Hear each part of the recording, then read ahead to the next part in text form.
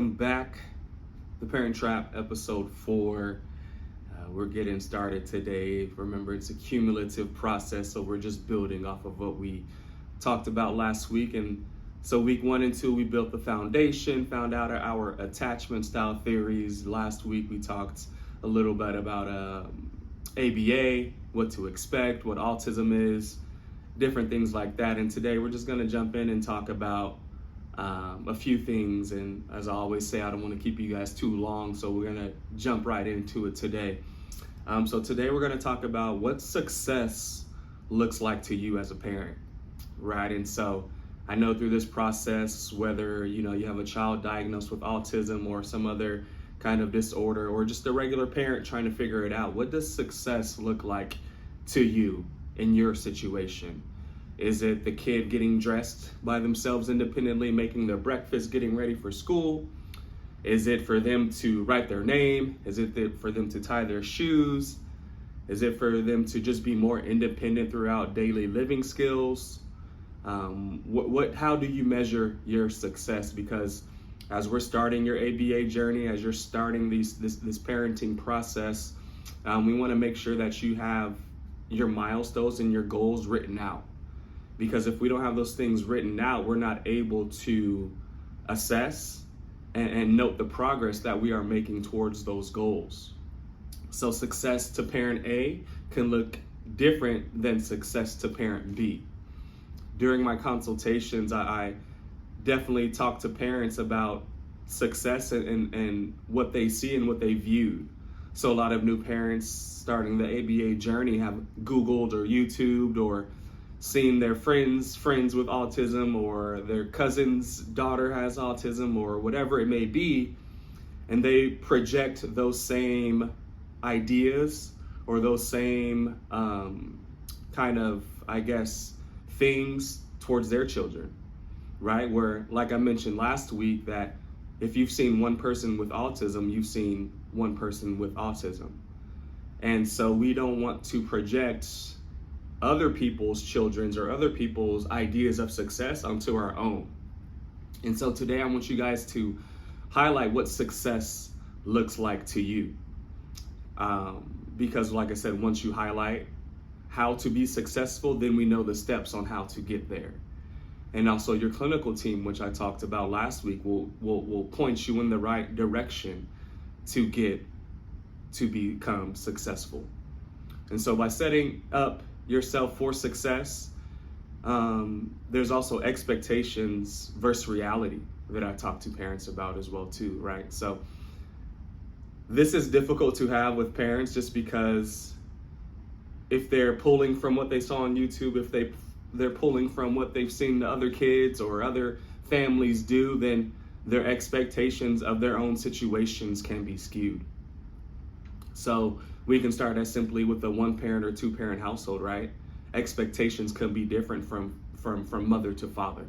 If it's a single parent household, but there's multiple kids, expectations could be difficult to kind of figure out between the children, right? And so you want to be realistic in your expectations, because the more realistic you are, the more your clinical team can help and guide you through that process.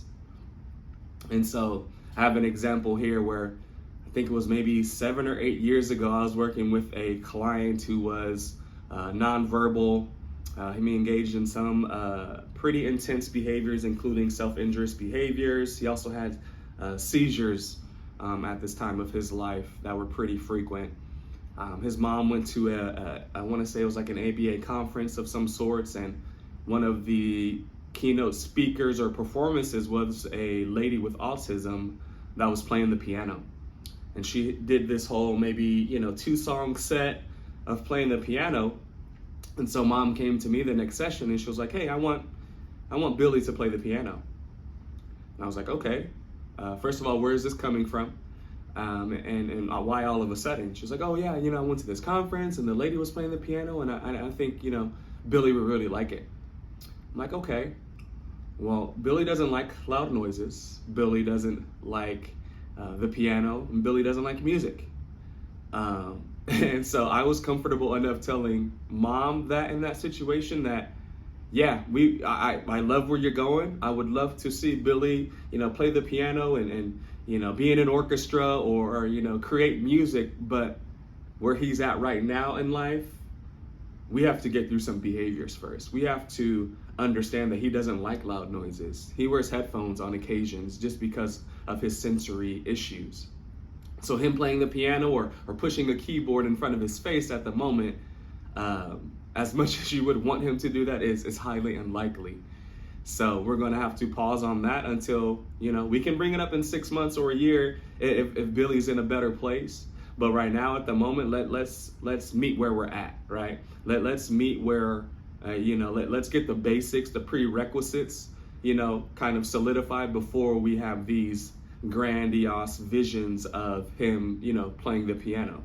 Which, like I said, I'm not telling mom no forever. I'm just telling her no at the moment.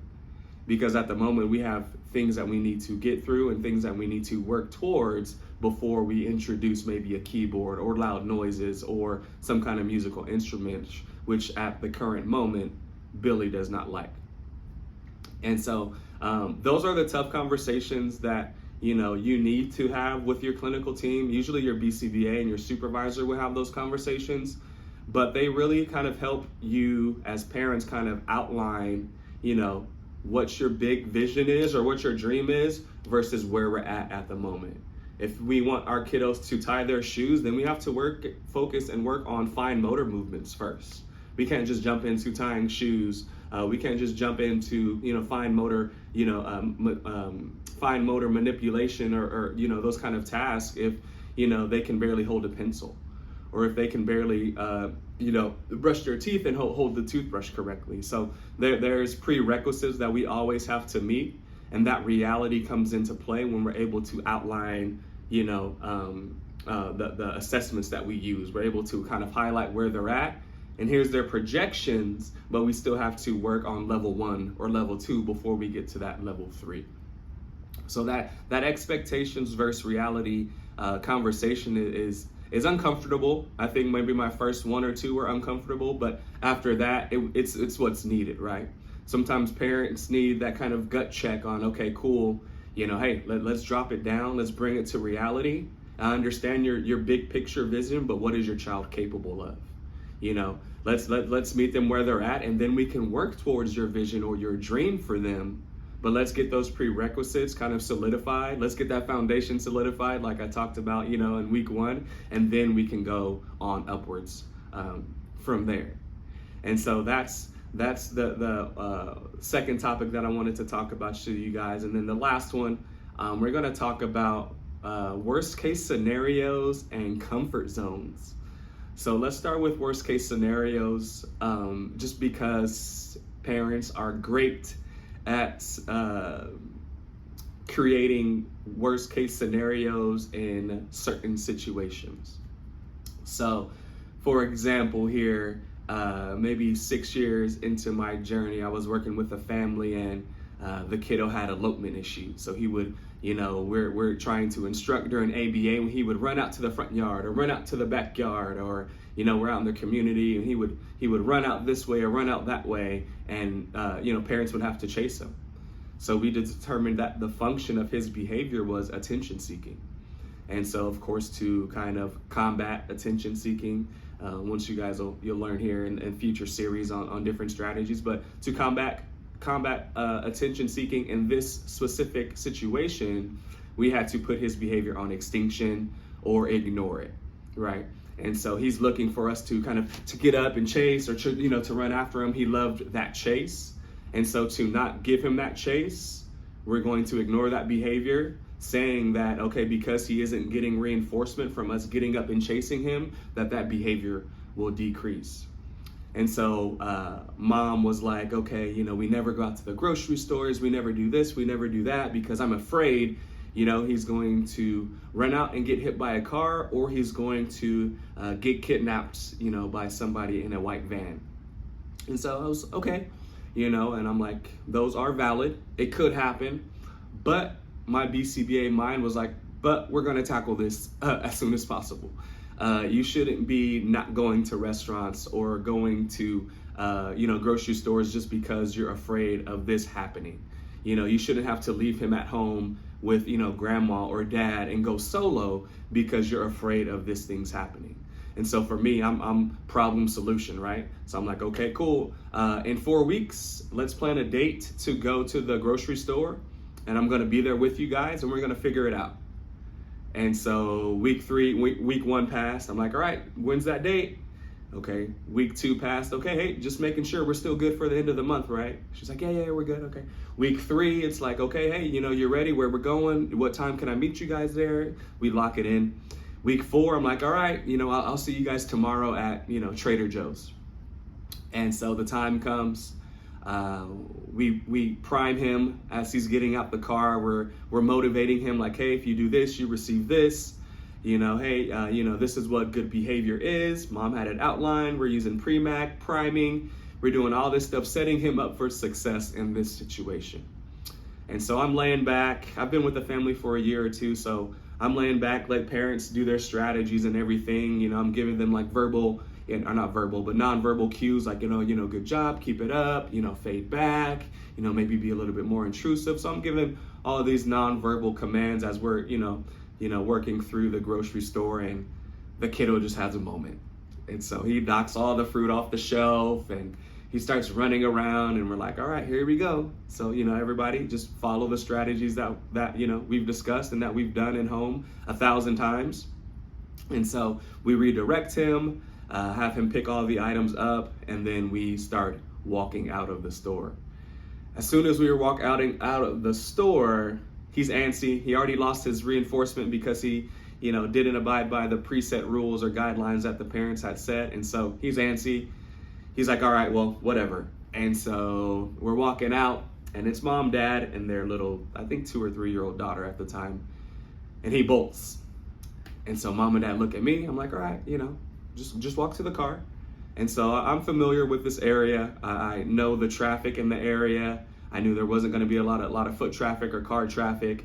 As I walked out, I scanned the parking lot, making sure there were no white vans or, some person auspiciously selling candy to little children. So we were all good on that front. And so he bolts out. I see my surroundings. I notice everything. I have my Nikes on.